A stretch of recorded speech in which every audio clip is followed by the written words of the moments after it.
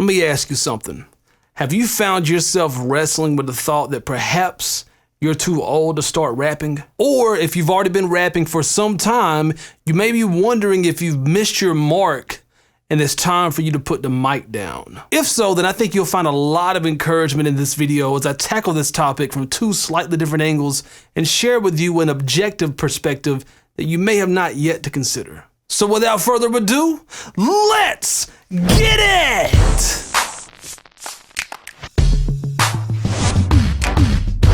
What's going on, everybody? It's your boy ColeMize with ColeMizeStudios.com, bringing you another segment of Be a Better Rapper Now. Now let's try to tackle this question of if you're too old to be rapping. Now I don't know you specifically, and this isn't one of those things where it's like one size fits all. So I think it's wise to counter that question with some more specific questions that will help identify where you're specifically at as an individual. The first question I would ask you is why?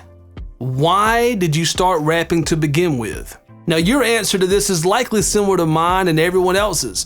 Most of us, we actually first started rapping because first we had some type of adoration, love, and appreciation for rap music and the skill and craft of rapping.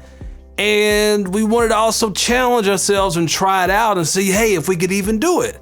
And another thing too is a lot of times, oftentimes we feel like we have something that we want to say or express and share with others, whether it's our friends or it's the whole world. And by answering this one question, you're already on your way to figuring out the most important aspect of pretty much anything you'll ever do in life, and that's you defining the purpose behind why you are rapping.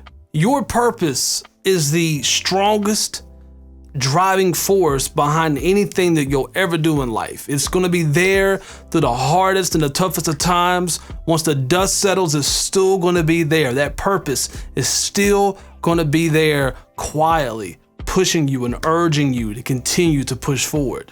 If you've ever heard the term labor of love, this is exactly what it's talking about, and it's present on both ends of the spectrum, both good and bad. As an example of the bad side, Eminem poured his heart and his soul and all of his finances into his debut album called Infinite. And that album was a huge disappointment to him. It only sold 1,000 copies, and afterwards he was very depressed and even suicidal, on the verge of just giving up, not just on rapping, but just life period. But his why came into play. See, the main driving force behind why Eminem was striving so hard to be a successful rapper was so that he could provide and take care of his newborn child at the time, Haley. And it was during this time of great discouragement that Eminem mustered up the strength to perform at the Rap Olympics. It was his second time being there, and he actually won second place. And that's what led to the word getting back to Dr. Dre about Eminem, which led to Eminem getting signed to Dr. Dre, and the rest is history. And speaking of Dr. Dre is a good example of the good side of this whole purpose thing we're talking about right now. The whole why question that we're asking right now. See, Dr. Dre's net worth, as I make this video, is currently over $800 million. Dr. Dre doesn't need to mix another song. He doesn't need to make another beat. Dr. Dre is good. Not just Dr. Dre, his family for generations and generations to come. He is set. He is good. He don't have to make any more music, but you still hear about him in the studio all the time. Why is that? Because the reason he's making music now is the same reason he made music when he first started. And that's because he has a true love and passion for it. It's not just for the money. It's not just for the fame. He truly loves it. He doesn't need to do it. He doesn't have to do it. He loves to do it. That's his why. So back to you. If you're only rapping to be wealthy and to be famous, then you most likely will not have the endurance to actually get through all those tough times. Because your why needs to be rooted and grounded in something much deeper than circumstances. Do you see what I'm saying? Dr. Dre is still making music. Doesn't need to. Based on his circumstances, he's good. Eminem, even when he was at his lowest, when he was dead broke and hugely disappointed and depressed, he still was rapping. He was still making music.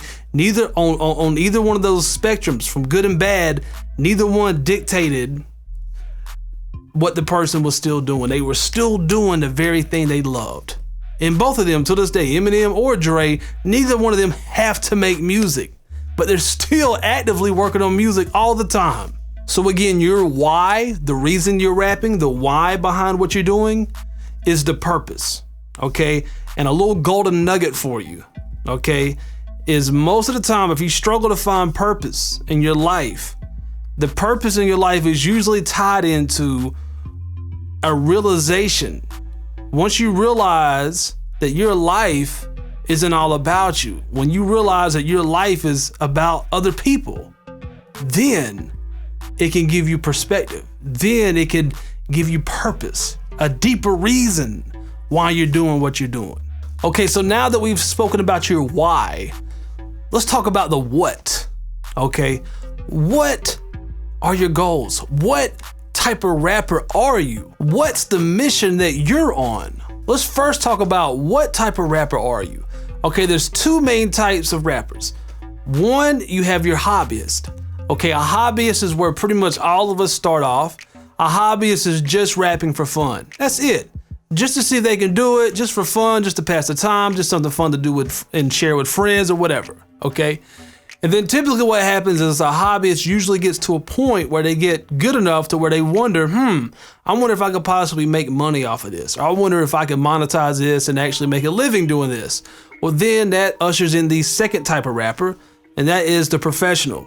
And all a professional means is that you get paid doing whatever it is that you're doing. So you have the hobbyist who's not striving or making money off of their music, and then you have the professional. And just to clarify, one is not better than the other. There's nothing wrong with being a hobbyist, and there's nothing wrong with being a professional. So if you're a hobbyist, then why would you think you're too old to be rapping? If you get enjoyment out of it, if you have fun doing it, why stop? Why stop doing something you enjoy?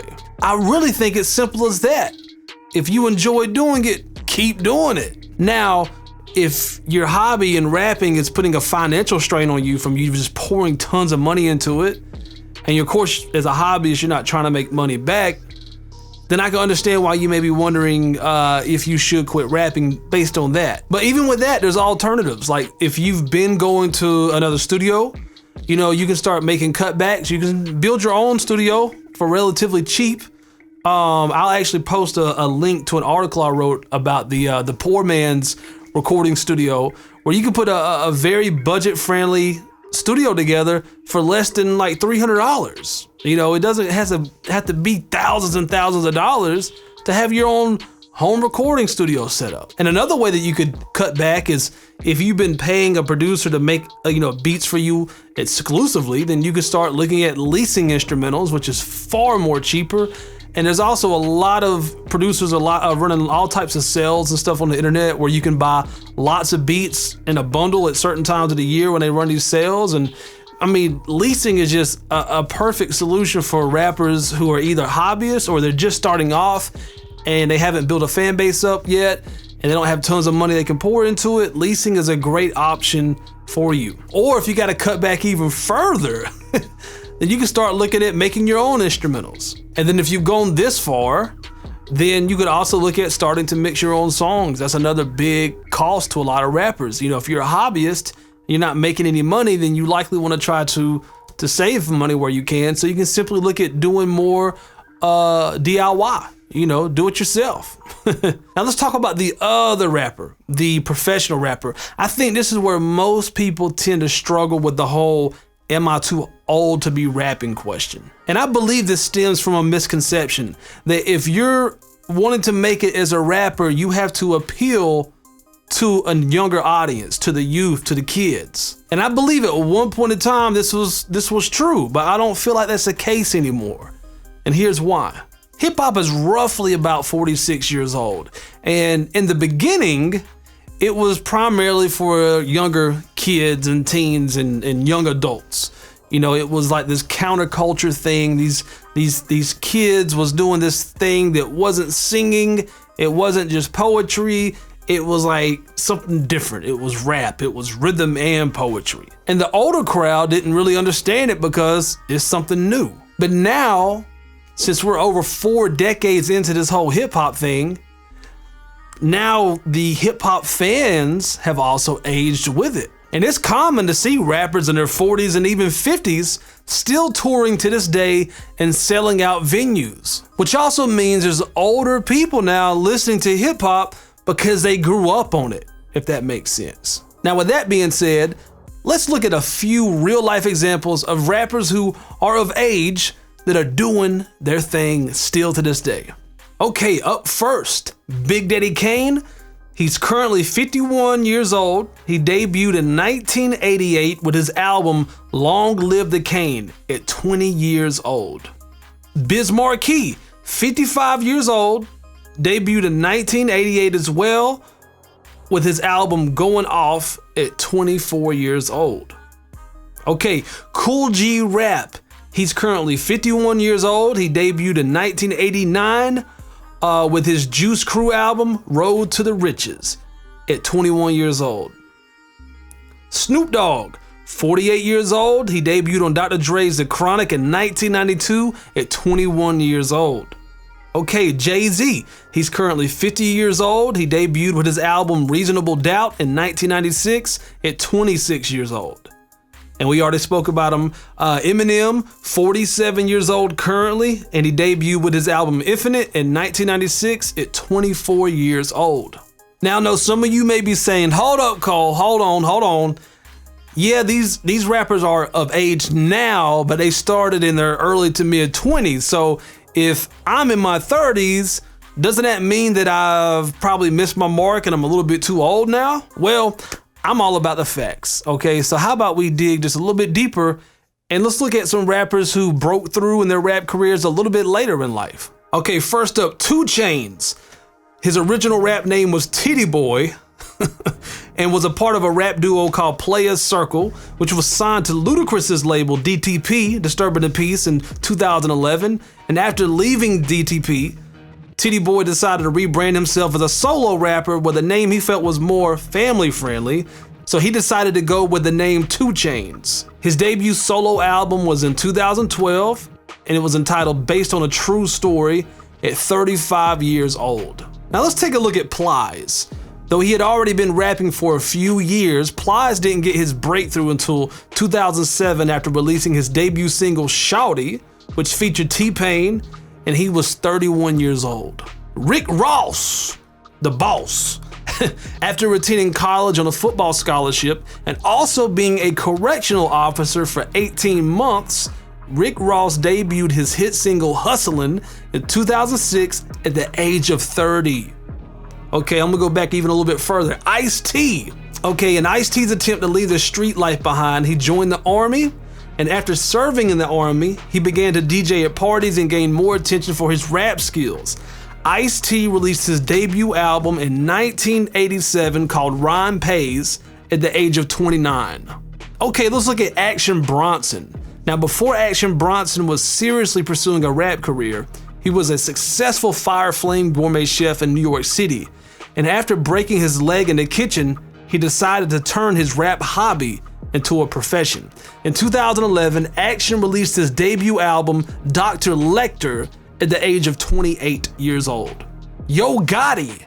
Though he had been rapping since the age of 14, Yo Gotti didn't really taste success until 2009 with the release of his major label debut studio album, Live from the Kitchen, at the age of 28 years old. Tony Yayo. Tony Yayo is 1/3 of the group G Unit, which he formed with his childhood friends 50 Cent and Lloyd Banks, but he didn't receive widespread recognition until after releasing his debut studio album, Thoughts of a Predicate Felon, in 2005 at the age of 27. And French Montana. Though he had been active since 2002 as a battle rapper and created a street hit DVD series called Cocaine City, French Montana didn't really have a major breakthrough until 2010 with a song featuring Waka Flocka called Choppa Choppa Down at the age of 26 years old. Now, just to be clear, all these rappers have their own individual stories, okay? These aren't overnight successes. These are people who work very hard to get where they're at, okay? So feel free to dig deeper into each of their stories if you want to learn more about how they actually came up. Some of them, like Yo Gotti, had been rapping already for 15 years before he really had his breakaway success, while others like Ice-T had only been rapping for a few years. I believe the main takeaway here is that growing a fan base is going to take time, and you may be wondering, how much time does it take? Honestly, there's no magic number on how long it'll take. It really comes down to how much time are you putting into it on a regular and consistent basis. And honestly, I don't feel like there's an age limit to making music. I think you should strive to make the music that you want to hear. Make the music that resonates with you, and it's going to resonate with those people who are similar to you and have a similar taste in music as you do. I believe that there's a market for everything. So if you're pushing 40 years old, it may not be a good idea to try to make music that's going to resonate with kids in high school. Not only is that not a good move, that's a little bit creepy. So just make the music that you want to hear, and don't worry about trying to appeal to everybody, because you will never be for everybody. Your music will never be for everybody, regardless. And I believe there's a shift happening in hip hop, because we already have tons of songs about the drug, gang life, and violence, and partying, and getting girls, and stunting on people, and talking about how much money you got, and we got plenty of that. But we're starting to see different types of songs coming out. See, as rappers who are already well established continue to make music as they get older, then you're starting to see different types of songs come from that, which is really cool. For example, on Jay-Z's album 444, he talks about infidelity, he talks about marriage, being a father, lack of leadership in the black community, advice on business dealings and entrepreneurship, and he also speaks to the younger rappers and shares an older and wiser perspective with them. And Eminem, who used to use his youth as a way to diss older rappers such as Benzino when he was going through that whole battle, he's now done a reversal where he's using his age to diss younger rappers such as MGK. For an example, on his diss song to MGK, Kill Shot, this is what he said. "Oh Kelly, but I'm 45 and I'm still outselling you. I'd rather be 80-year-old me than 20-year-old you." So, with that being said, there's obviously a market for older rappers. So far we discussed why are you rapping, and we've also identified what type of rapper you are. And now the final question is, how? If you're an older rapper and you have not built a fan base yet, how can you do it? Well, that's what I like to call a loaded question. And once again, it's not a one-size-fits-all type of thing. But to boil it down and simplify it as much as I can, you gotta do the same thing these younger cats are out here doing, these younger rappers. You gotta put a lot of time and energy into the marketing and promotional side of things if you wanna grow a legitimate fan base. It's not something that just happens accidentally. It has to be very intentional. Now, I'd first say, before you start trying to focus on marketing and promoting yourself, make sure your rap skills is up to snuff, okay? Make sure that you put effort into there first, because if you're not making good music, then marketing and promotion is only going to build awareness around the fact that you're not a good rapper or you're not making good music. So make sure you get the product right first, which is the music. Make sure you develop as a rapper and get your skills up before you start investing time or money into actually getting your stuff out there in front of thousands and thousands of people, okay? So that's number one. But for the sake of this video, let's just pretend that your skills are already tight, okay? And you're ready to get your music out there. Then marketing and promoting your music is one of the most important things you should be focusing on. But one thing that you need to consider here at this point in time is it comes back to, how do you want to make a living as a rapper? You know, there's different strategies that you can employ at this point in time. So for an example, you could be a rapper who's on the road and you're making a lot of your money from doing, you know, shows and stuff on the road.